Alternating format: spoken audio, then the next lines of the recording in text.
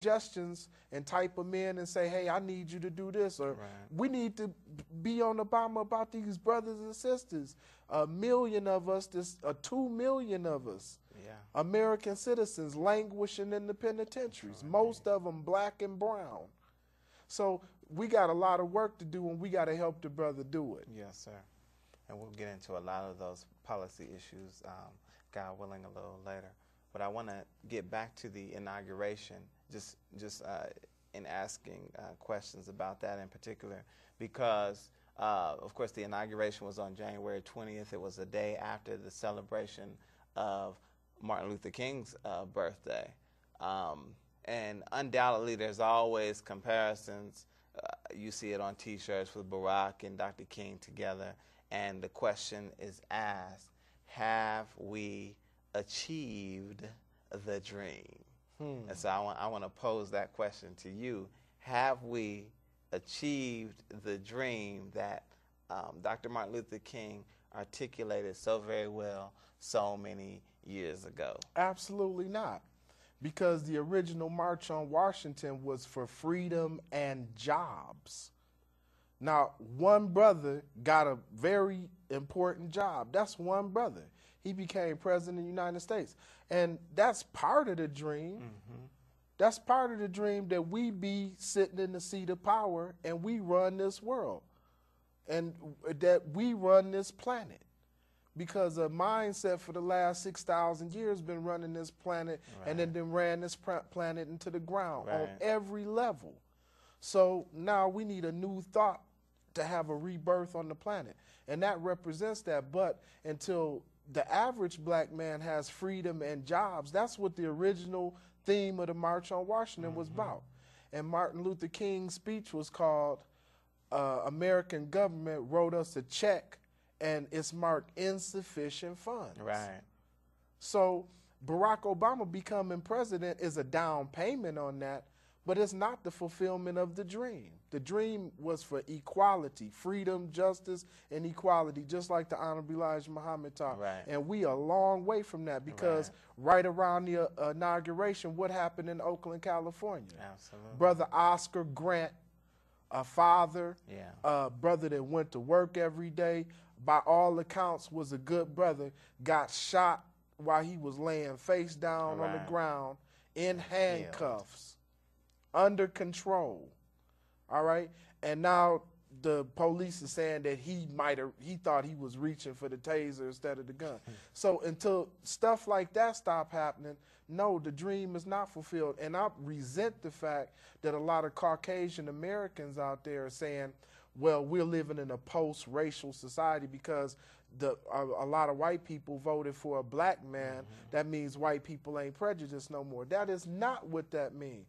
The majority of white people in Denver voted for Webb. Did they stop being racist after Webb was mayor here in Denver for 12 years? That's a good point. You know, so let us not be fooled by this, and let us not let these people, these revisionist historians, tell our children that in 2009, when Barack Obama became president, racism vanished. Because that's what they told us back in the 70s.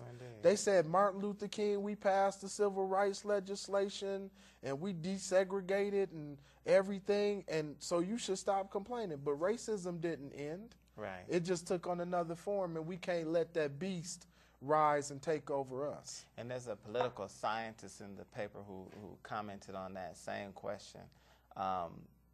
This brother's name is Dr. Wilmer Leon. When asked if we had achieved the dream, his answer was, you know, it's somewhat mirrored yours. It says, we can't confuse the inauguration of President Obama, and he said the same words you did. I consider that a down payment on the dream, but the balance is still due, in that Dr. King's vision and dream was never about electing a black man as president. It was about brotherhood. It was about racial equality. It was about social equality for the poor. So to just think that now, because there's a man of color who has taken the oath of office and now all is good and all is right with the world, that I think is just utterly ridiculous. Well, I mean, it's the whole thing about the dream again. the title of the speech wasn't "I Have a Dream." That was something that he had improvised at the end of the speech. Insufficient funds. America owes the black man a debt. And he then wrote us a check, and it's marked insufficient funds. And it was the March on Washington for Jobs and Freedom. Now they didn't turn that into "I Have a Dream." And to dream, man, you got to be asleep. You see what I'm saying? We've been asleep too long, and so now it's time to wake up. And now it's time to wake up. So it ain't about dreaming, man. It's about having a concrete vision and being in a position where we can build an infrastructure so we can do something for ourselves.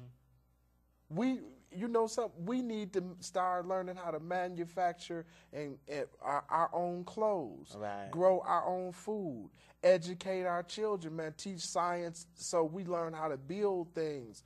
I mean, this whole green technology thing is taking off. Why can't we have our children in a position to where they benefit from this whole technology that's sprouting? We have tons of waste on this planet that have to be dealt with. How come we can't be a part of that, solution of getting rid of that waste or managing that, and turning this society into more of a self-sustaining society instead of just pollution and waste? So this is the type of ideology. It's like what Booker Washington did after Reconstruction. He said, okay, this dude is the white man is racist. He ain't going to let us go to his school. Let's build our own schools, the Tuskegee Institute. And what was his focus on? Farming, growing crops and food, something that could sustain us.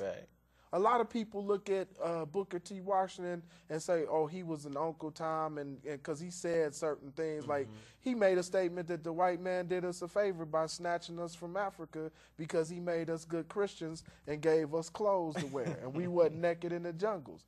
And so when people hear stuff like that, oh, that's a time. But he was teaching us, man, how to grow and produce our own food.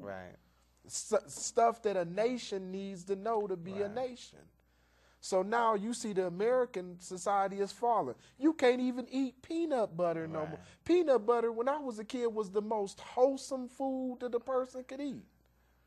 It was supposed to be wholesome. Now you can't even. And if you want some salmonella. I know, but this is how cold-blooded the devil is. The devil knew that the peanut butter was contaminated and sold it anyway. And to let you know how gangster he is, he's free. Just like Bernie Madoff is free, the dude that sold the peanut butter is free.